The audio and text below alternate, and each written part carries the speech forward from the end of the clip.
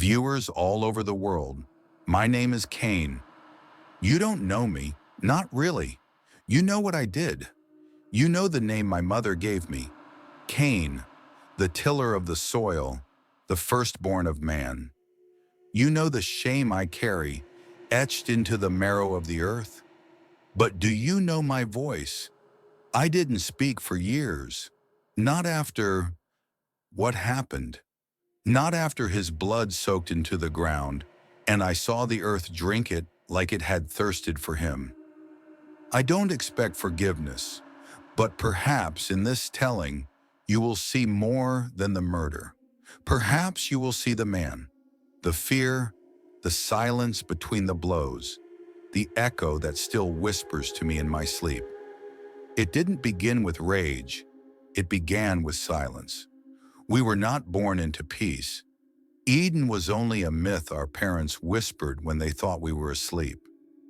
I never saw it, only the shadow of it in my mother's eyes. But even outside the gates, there were moments of peace. Abel and I, we weren't always enemies. I remember one afternoon, the sun was warm on our backs, and we ran barefoot over the grass. I plowed the ground with my father while Abel wandered with the sheep. He was always singing, even as a child, always humming melodies I could never quite follow.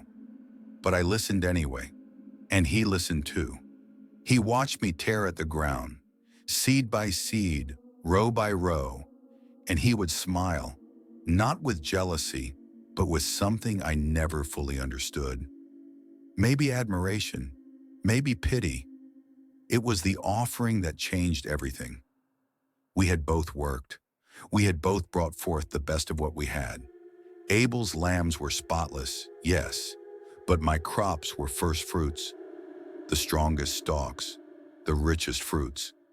I had labored long and hard for them. So why?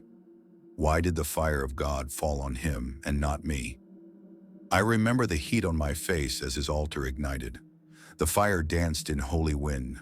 It roared and he fell to his knees weeping, not for joy but for awe.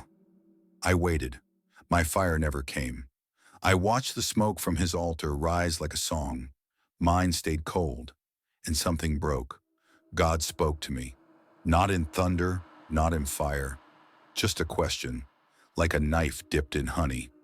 Why art thou wroth, and why is thy countenance fallen? He knew. He always knew. There was no hiding the fury beneath my skin. I clenched my fists. My breath was fire. My silence was louder than thunder. If thou doest well, shalt thou not be accepted? I turned away. And if thou doest not well, sin lieth at the door, and unto thee shall be his desire, and thou shalt rule over him. I didn't understand those words until it was too late. Sin was not a beast that came with claws. It came with whispering, with slow and steady poison. And I opened the door. It was supposed to be a conversation. Let us go out into the field, I had said. He followed me. Of course he did. The field was quiet. The birds did not sing that day. The wind felt like breath on the back of my neck. Brother, he said, just that one word, brother, and I crushed it under a stone.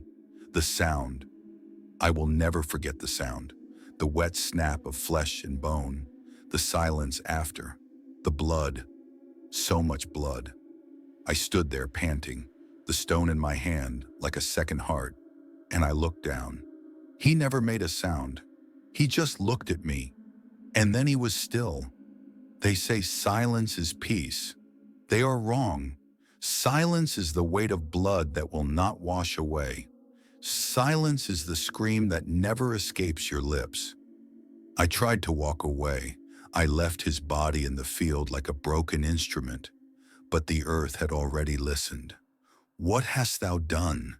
The voice of thy brother's blood cried unto me from the ground. I stopped walking. I couldn't move. His blood spoke, not in words, but in guilt that thundered through my veins. My knees buckled. I fell face first into the dust. The earth, My earth, my harvest, my life turned against me. I had spilled my own flesh, my own blood, my own brother, and the earth knew. I heard a voice, Cain, where is your brother Abel? And I answered, I don't know. Am I my brother's keeper? The voice of God struck like thunder, but colder, not anger, sorrow. And he said to me, when thou tillest the ground, it shall not henceforth yield unto thee her strength. I gasped.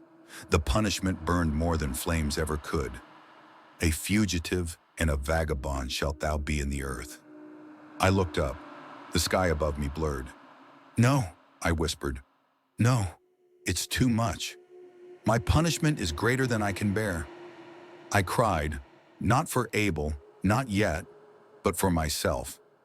I who had built altars, I who had worked the ground until my hands bled. What would I do now? Where would I go? Would I never plant again? Never belong? I felt my body tremble, not from the wind, but from fear, not of man, but of myself. And from thy face shall I be hid. Those words, I spat them, wept them. I feared being seen, but feared more never seeing him again. I feared vengeance. The same rage that lived in me, it could live in others. Every man that findeth me shall slay me. And then came mercy. God placed a mark on me, a sign, a symbol not of punishment, but of protection. No man dared touch me after that, but the mark burned, not with pain, but with knowing that I belonged to no place, and yet I was never forgotten. I walked east. Every step away from the field was a step into the unknown, into silence, into a world I had no place in. I saw forests untouched by man, mountains shaped like broken crowns, rivers that rushed like thunder. But nothing grew for me. No matter where I stopped, the soil rejected me. My harvests rotted before they ripened. I was marked, not just in flesh, but in soul. Nod, they called it, the land of wandering, a place for the restless, a place for the marked. Years passed. I married. Yes, there was love, even for me. She saw the man behind the mark, and in her eyes I was not only a killer, I was a survivor. We had a son. I named him Enoch. For him, I built the first city, stone by stone, wall by wall, not to escape the curse, but to make something out of the ruin I carried. I watched my son play in the streets. I watched him laugh, and sometimes I could almost forget. But Abel's face came back in dreams, and in the silence between my son's laughter, I heard the cry from the field. After a few years, I built a city and named it Enoch, after my son. A city, a place with walls, not to keep others out, but to keep the past in. We built with stone and sweat, with hope and aching backs. I watched families gather, music play, children dance beneath moonlight. I, Cain, the fugitive, the murderer, had built something that would outlast me. Yet even in the laughter, I saw shadows. Even as the hammer struck stone, I heard the echo of the blow I once struck my brother. No matter how high I built the walls, Abel's voice always found a way through. The blood still spoke. Father, Enoch asked me one night, why don't we go west? Why don't we go back to the garden? I looked at him. He was innocent, but not blind. I told him the truth. There's a sword at the gate, son, I said, flaming and turning every way. He looked puzzled. Is it to keep us out? No, I said quietly. It's to keep us from dying in front of it. I never told him about Abel, not then, but he asked questions I could never silence. Why did the world begin with blood? He asked once, and I had no answer. Only silence, only tears. Few years passed. I began wandering again. My family didn't understand. My people didn't question. I needed the desert, not to escape, but to listen. Sometimes in the wind, I thought I heard Abel's voice, and sometimes I heard God's. Where is Abel, thy brother? That question never left me. It became my prayer, my wound, my covenant. In the silence, I asked it back. Where are you, God of justice? And sometimes I heard, I am with the broken. I am with the blood. Then I would fall on my knees in the sand and cry like a child. One night, by a river far from Enoch, I saw a figure.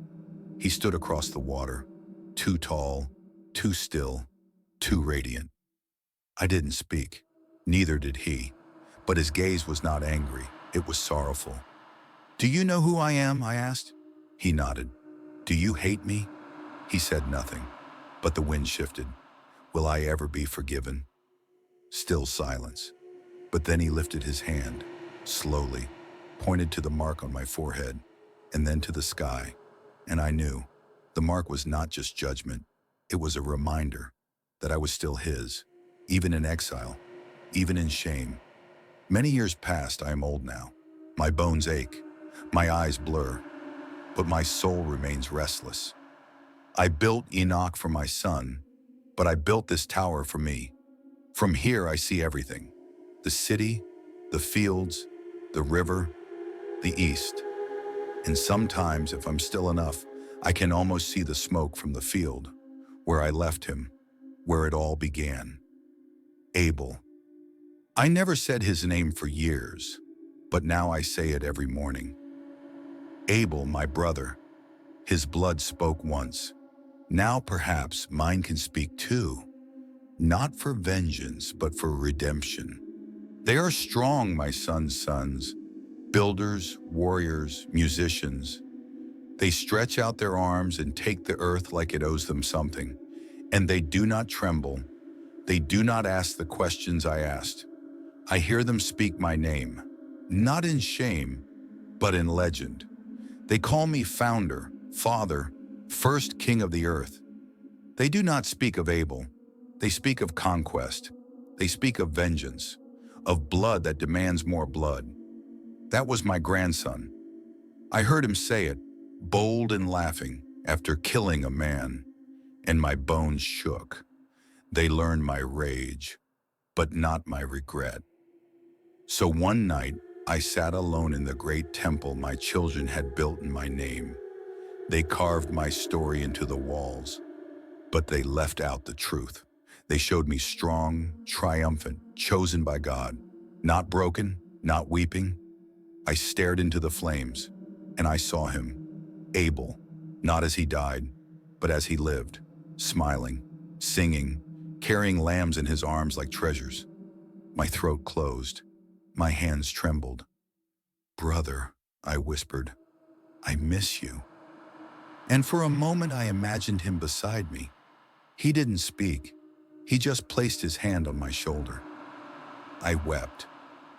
That night I dreamed of Eden, but it wasn't like the stories my mother told me. There was no wrath, no sword, only quiet. The garden was alive with color, trees heavy with fruit, rivers pure and glowing. I walked barefoot, and the earth welcomed me. Then I saw the gate, still guarded but open, and standing at it was Abel. He looked at me. I fell to my knees. I am not worthy, I said. He only smiled. He reached out, and then I woke, with tears in my beard, and hope flickering like morning light. I went up to the mountain to pray. I had not prayed in years, not because I didn't believe, but because I didn't dare. This time I did not ask for forgiveness. I only said this, Lord, let the blood speak peace. And I waited. The wind was soft. The earth was quiet. And then I heard it, not a voice, but a knowing, that my curse had become a testimony, that even marked men could kneel, that even the exiled could belong. This is my last telling. My hand is weak.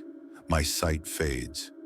But if you find these words, if you remember the name Cain, do not remember me as a killer only.